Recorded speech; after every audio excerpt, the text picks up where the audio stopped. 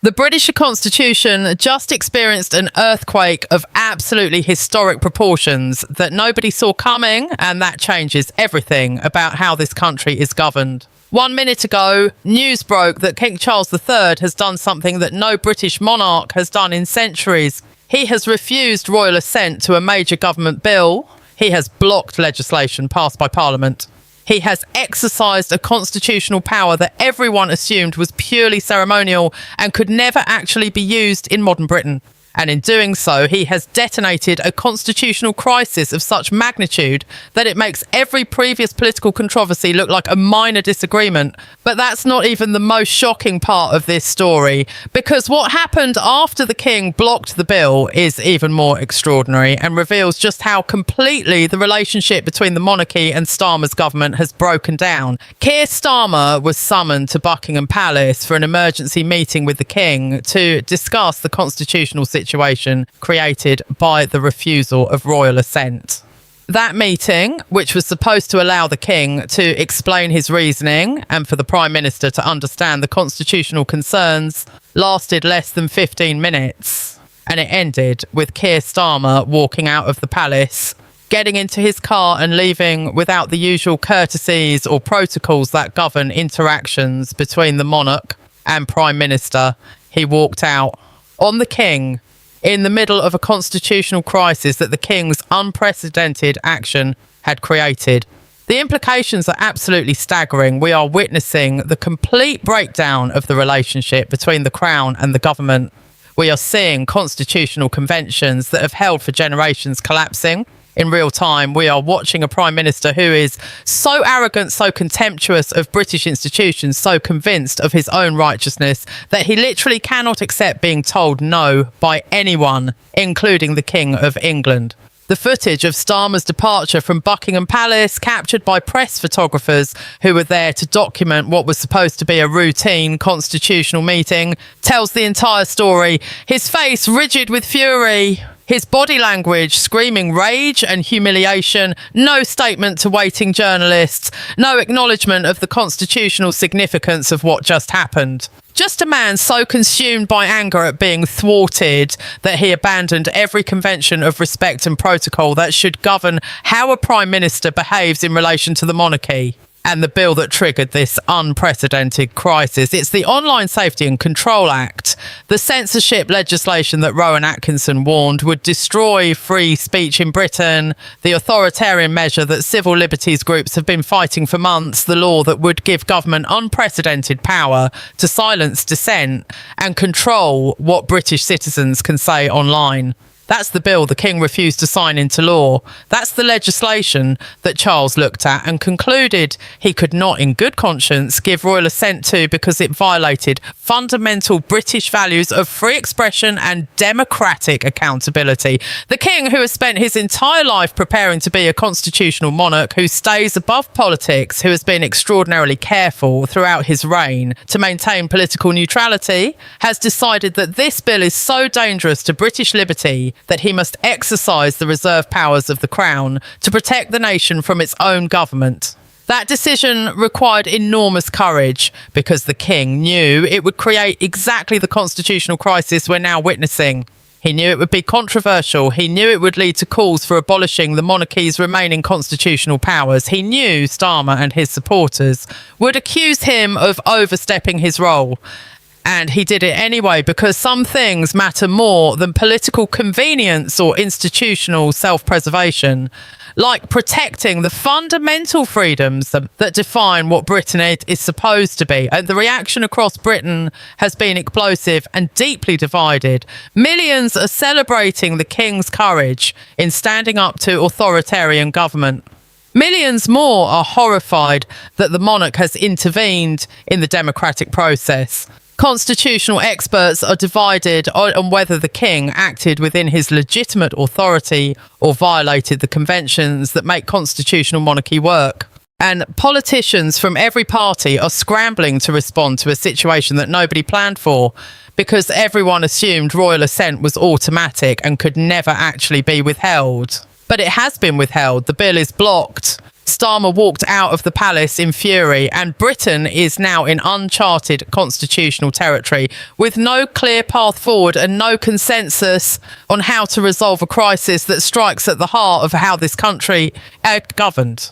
Stay with me, because what I'm about to reveal about the King's decision, the bill he blocked, and what happens next will show you why this moment is the most significant constitutional confrontation in modern British history. Let me explain exactly what happened in the lead up to this extraordinary moment, because understanding the context makes the King's decision even more remarkable and reveals the full extent of the constitutional crisis Britain now faces. The Online Safety and Control Act, which is the legislation at the centre of this crisis, had been moving through Parliament for months, despite fierce opposition from civil liberties organisations, free speech advocates and a significant minority of MPs who warned it represented dangerous government overreach. The bill gives government regulators sweeping powers to force social media platforms and websites to remove content deemed harmful, hateful or dangerous to public order. It creates criminal penalties for individuals who post content that authorities decide crosses vague lines around incitement, harassment, or misinformation. It requires platforms to implement monitoring and filtering systems that can identify and flag problematic speech, and it gives police expanded authority to investigate and prosecute people based on their online communications, even in private messages and closed groups. The implications for free speech are profound and terrifying. As Rowan Atkinson warned in his powerful intervention weeks ago, vague standards about what constitutes harmful speech inevitably lead to arbitrary enforcement and political abuse. When government has the power to criminalise speech it deems problematic, people self-censor out of fear. Democratic debate is chilled, dissent is suppressed, and the foundations of free society are gradually eroded until you wake up one day in a country where saying the wrong thing can destroy your life. That's not hyperbole. That's the documented history of every society that has given government control over acceptable speech. The bill passed the House of Commons with Labour's large majority, despite passionate opposition speeches and despite dozens of Labour MPs either voting against or abstaining rather than supporting legislation they knew was wrong. It passed the House of Lords with more difficulty as many peers expressed serious concerns about the civil liberties implications, but ultimately the government used Parliament Act's procedures to overcome Lords' resistance. Once a bill has passed both Houses of Parliament, the final step before it becomes law is royal assent. This is the moment when the monarch formally approves the legislation and gives it the force of law. For centuries, royal assent has been considered a formality. The last time a British monarch refused royal assent to a bill was in 1708, when Queen Anne refused assent to a bill dealing with Scottish militia. Since then, every bill that passed Parliament has received royal assent automatically, regardless of what the monarch personally thought about the legislation. The convention developed that the Crown does not refuse assent to bills passed by the elected Parliament, because to do so would be to override the democratic will and turn the monarchy into a political actor rather than a constitutional figurehead. That 300-year convention was shattered yesterday when King Charles received the Online Safety and Control Act for royal assent and made the decision that will define his reign. He refused. He sent a message to Parliament stating that after careful consideration of the constitutional implications and the concerns raised about the bill's impact on fundamental freedoms, he could not in good conscience grant royal assent at this time. He requested that Parliament reconsider the legislation with specific attention to the civil liberties concerns and the vague standards that could enable abuse of the law. And he made clear that should Parliament address these concerns in amended legislation, he would reconsider the question of assent. The message was diplomatic in its language, but revolutionary in its impact. The King had said no to his own government.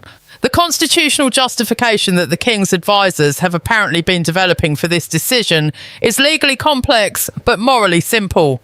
They argue that royal assent was never intended to be completely automatic in all circumstances.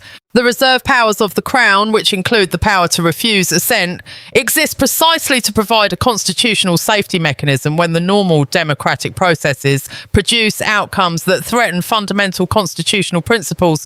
In this case, the argument goes, Parliament passed legislation that so profoundly threatens free speech, a right that has been fundamental to British liberty for centuries, that the Crown had a constitutional obligation to intervene. The King's role as guardian of the Constitution, which is an actual part of the monarch's constitutional function, even if it's rarely exercised, required him to protect that fundamental freedom, even if it meant overriding the temporary will of the current Parliament. This argument is not without legal and historical support. Constitutional scholars who defend the King's action point to the understanding that Britain's unwritten constitution includes certain fundamental principles, including free speech, that no government should be able to eliminate simply by passing legislation. The monarch's reserve powers exist partly to enforce those fundamental principles when other constitutional actors fail to do so.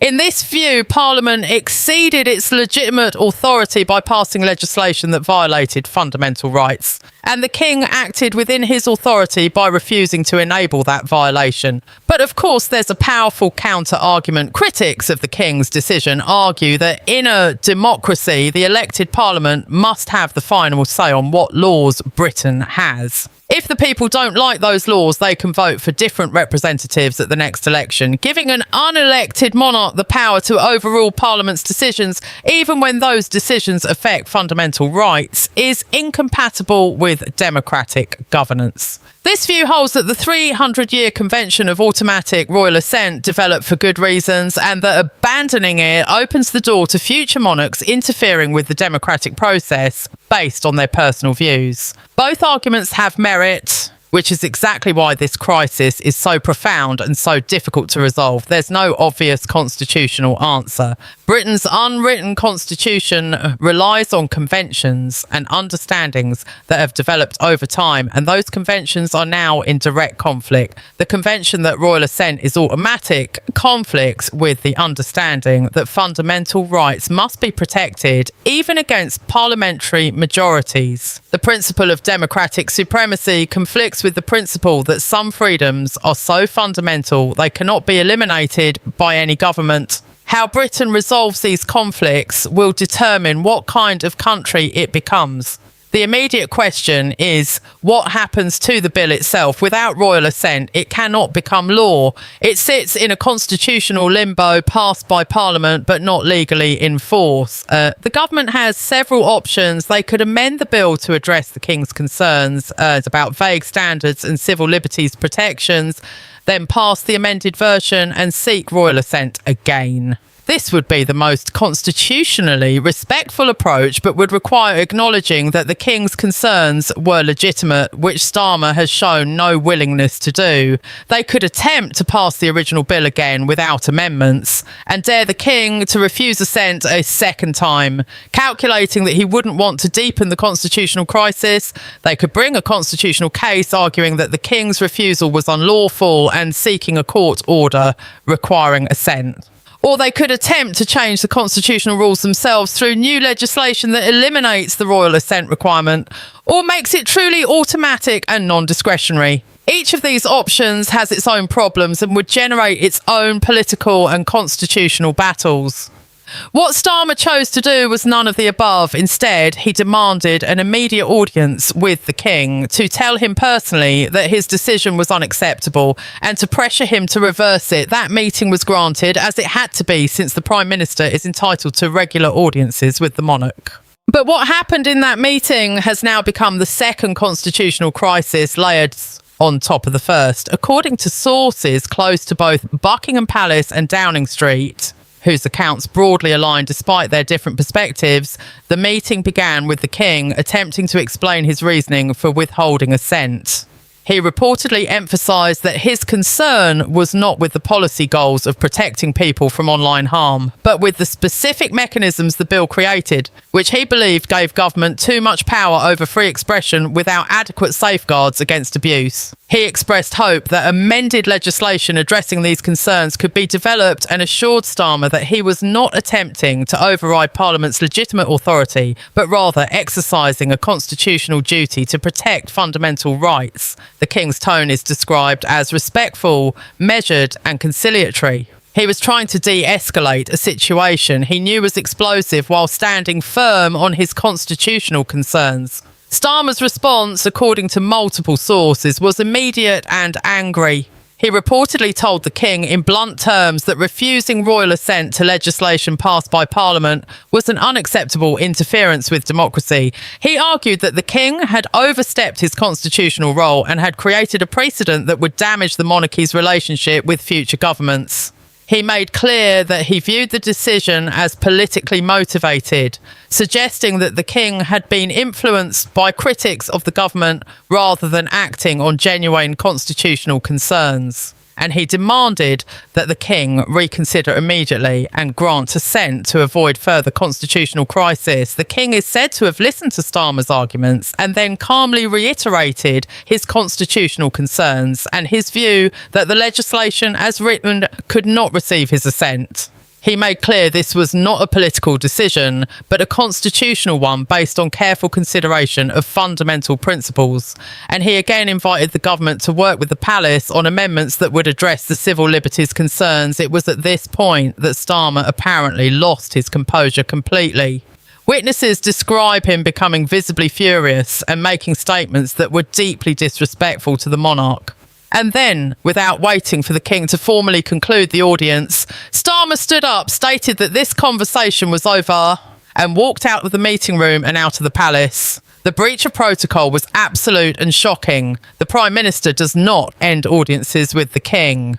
The monarch dismisses his ministers, not the other way around. And regardless of how angry Starmer was, regardless of what constitutional disagreements existed, walking out on the King is simply something that is not done in the British constitutional system. It represents a level of disrespect and contempt for the Crown that crosses every line of acceptable conduct. The footage of Starmer leaving the palace, his face rigid with barely controlled fury, has already become one of the most iconic images in modern British political history. It captures perfectly the character of a man who cannot accept being told no, who views any constraint on his authority as intolerable, and who is willing to burn down constitutional conventions and relationships rather than acknowledge legitimate concerns about his authoritarian agenda. The reaction to both the King's refusal of assent and Starmer's walkout has split Britain down multiple fault lines and created the most intense constitutional debate the country has experienced in generations. The responses don't follow simple partisan lines.